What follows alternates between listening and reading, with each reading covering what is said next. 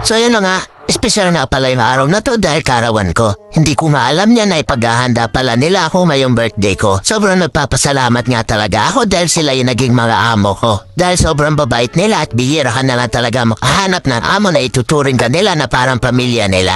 Birthday to you. Happy birthday to you. Happy birthday, happy birthday, happy birthday to you. Pagkatapos ng selebrasyon dito sa bahay ng boss ko ay nagpaalam muna ako na pupunta muna ako ng San Luis dun sa bahay ng tito ko. Pinagdala nga din pala nila ako ng alak dahil sigurado ay ito agad ang hahanapin ng mga pinsan ko. Dinala ko na nga din pala itong pansit at cake dahil wala nang kakain ito sa bahay. Natawa nga ako dito sa cake dahil may Aldwin TV pa talaga na nakalagay. So ipinupwesto ko na nga pala yung pansit at cake dito sa motor ko. Tinatalian ko na nga niyan para hindi malaglag. Nagsuot na nga din pala ako ng kapote dahil medyo umuulan. At sinuot ko na din itong helmet para safe tayo. A few moments later.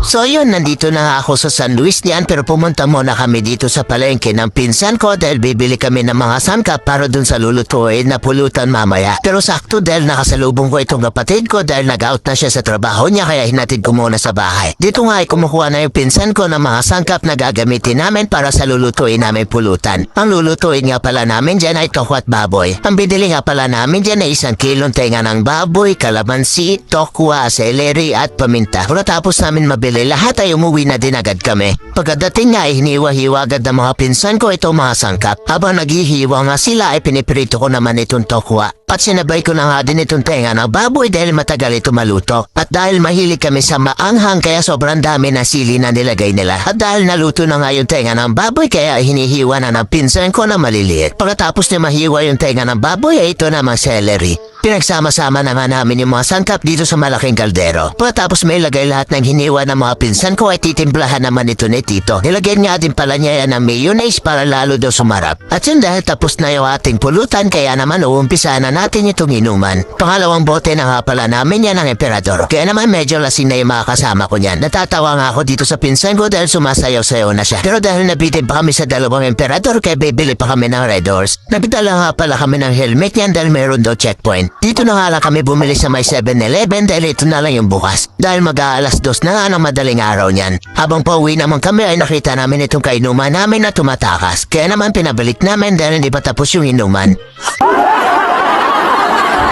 Walang takas, boy. Balik ka.